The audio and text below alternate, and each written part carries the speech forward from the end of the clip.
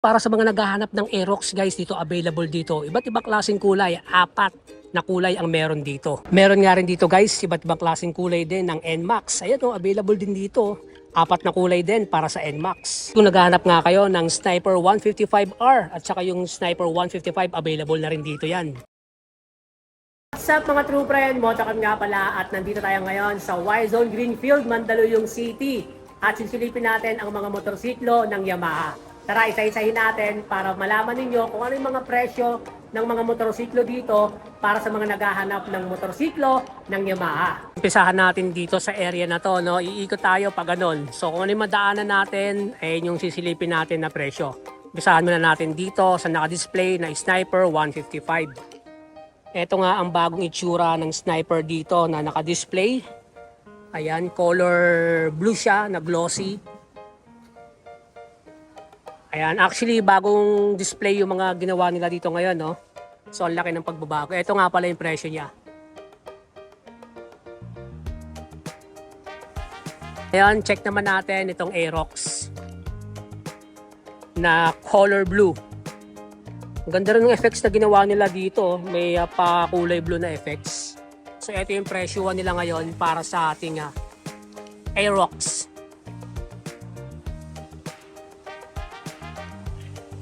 Ayan yung gulong. Ito yung side. Sa tambucho. Sa taillight. Ayan. Sa Sniper naman, ganito ang itsura niya. Sa taillight. And then yung gilid. Tapos yung kanyang panel.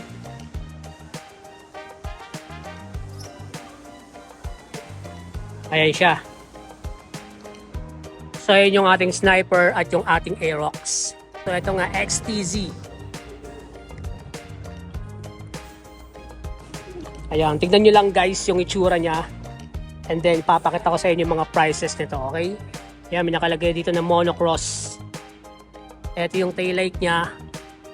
And then yung side.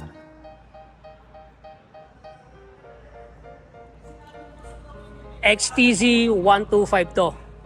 At ang presyo nito ay ito.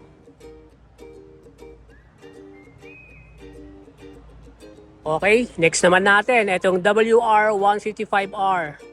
Ito naman ang itsura niya. Makina, gilid, likod. Ito yung taillight. Then tambucho. Ayan. WR155R. At ang presyo naman nito guys, eto.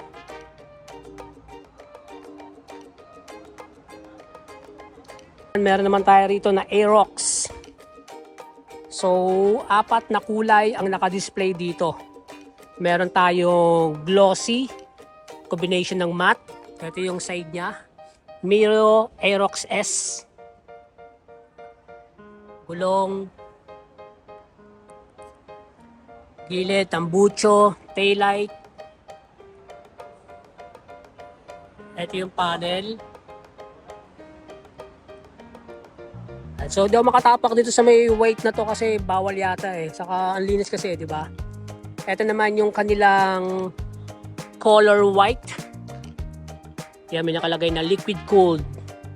Mio Aerox S. So, color white siya. Combination siya na color gray. So hindi ko lang alam yung eksaktong tawag sa kulay nila, no? Ito nga pala yung price nila. Ang ganda ng kulay nito. Gray siya. Tapos yung mugs niya may kulay na rin. Ito yung side niya. Then yung taillight. Sa kabilang side. Nakata yung panel. And then yung pinakamukha niya. Napakaganda, di ba? Ito naman yung presyuhan nila, oh. Ito glossy black naman to. Glossy black, tapos combination siya dito ng parang meron siyang pagka-grayish na black, no? So black siya na medyo light.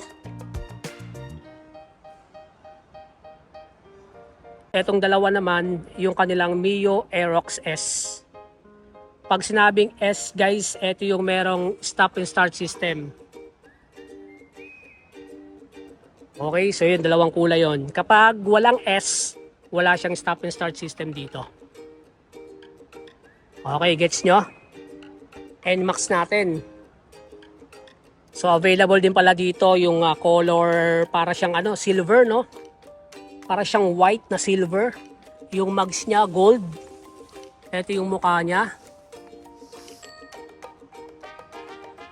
Ito yung side. Yung likod. And then yung panel.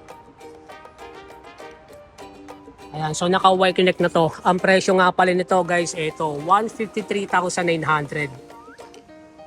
Down payment, 15,400. May rebate na 200 pesos.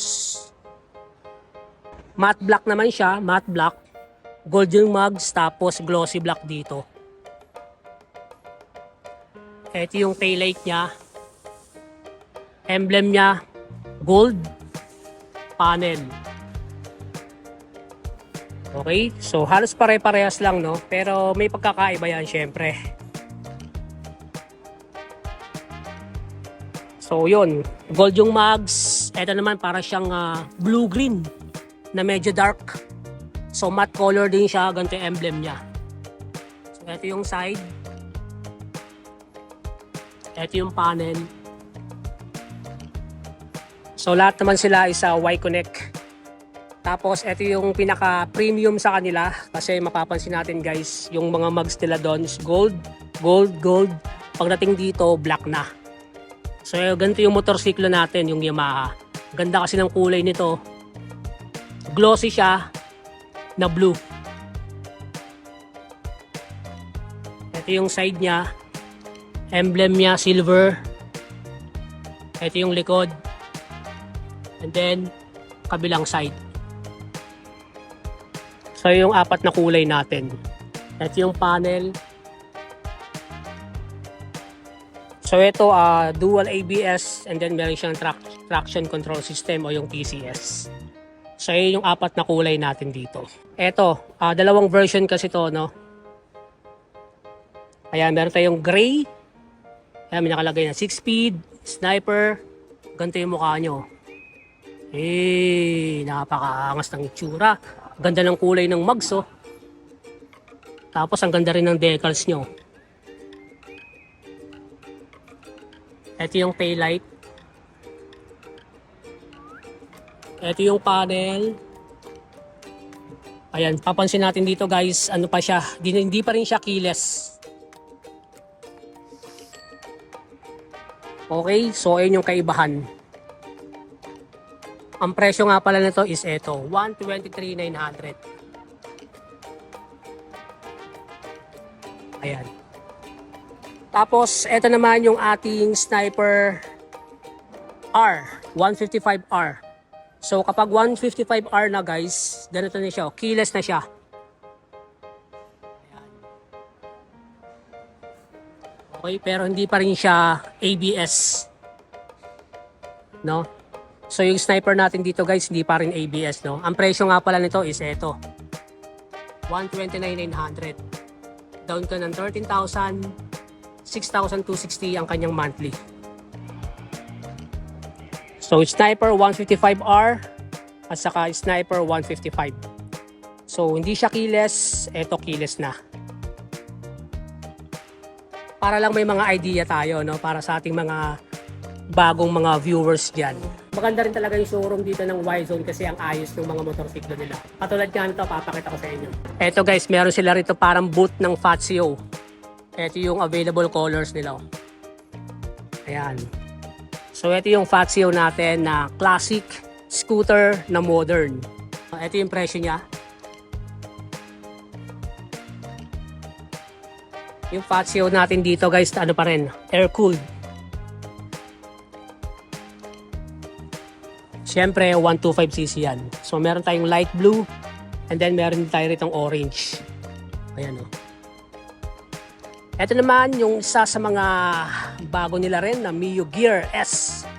So tandaan nyo lang lagi guys, kapag mayroong S, stop and start system siya, no? So ano nga ba yung stop and start system? Ang stop and start system guys, eto yun. Yan. So ang ibig sabihin nun, kapag nag-stop yung motor mo, kunya na stoplight ka, kusang mamamatay yung makina. Kaya siya tinawag ng stop and start system. And then kapag nag-throttle ka, kusa siyang mag-open. So ayun yung available na kulay nila, para siyang light brown. And then yung kanyang upuan, brown na rin. At ang presyo nga nito is eto. Eto naman guys, yung kanilang color gray. So same lang din. Eto naman, Mio gear lang siya. Eto S, diba? Eto wala siyang S. So hindi siya stop and start system. Check nyo yung lagay niya rito. Kaya kita nyo. Wala siyang button. So ayun yung difference din nila. At ang presyo nga nito, syempre, mas mababa ng konti compared doon sa Mio Gear S.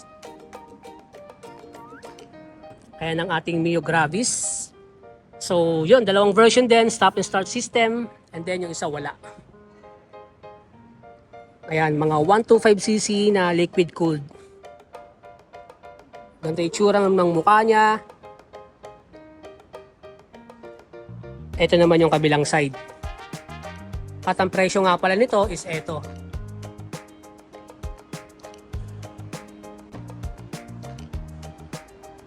So, ganun din yung kabilang side. Ayan, pares lang pala. Naka-stop and start system din pala siya. Mga naghahanap ng pang-trail, WR450F. So, ito yung display nila. At ang presyo nga pala nito is eto. 587,000 pesos para sa motorsiklo na to, no? So, I think cash lang talaga to, hindi siya installment. Kasi napakalakas ng makina nito. Kaya medyo price talaga siya. Kunyari, meron tayong mga anak na mahilig magmotor or gusto nyo gawing career ang pagmumotor, ito yung pinaka the best para sa kanila. PW50. Napakaliit lang nito. At ang presyo nga pala nito is ito. 73,400 pesos. PW50. Ang cute, di ba? Ito naman, yung kanilang YZ65. Ayan, mga pang trail bike. Ganda, oh. Maliit lang pero ang ganda ng pagkakagawa. Ang price naman nito is ito. 255,000 pesos. Ayos, di ba? Ito na guys, R15. Okay, 700cc naman tayo. Nandito nga ang R7. Ito naman guys, yung isa sa pinakamahal nilang motorsiklo dito, ang R1M. Ito naman guys, yung kanilang MT-15. Ito, MT-07, 700cc, no, X-Max. Ito yung kanyang panel. Then kung ano mga requirements dito guys, ayan driver's license lang company ID or government ID. And then, one proof of billing, pwedeng Meralco, Maynila, credit card, phone bill, saka proof of income. So, 1 month payslip and COE. Kung ikaw ay self-employed, business permit, mayor's permit. Kung ikaw naman ay seaman o OFW, latest and previous contract. Yun lang guys. Dito lang yan sa may Greenfield, Highway Hills, Mandaluyong City.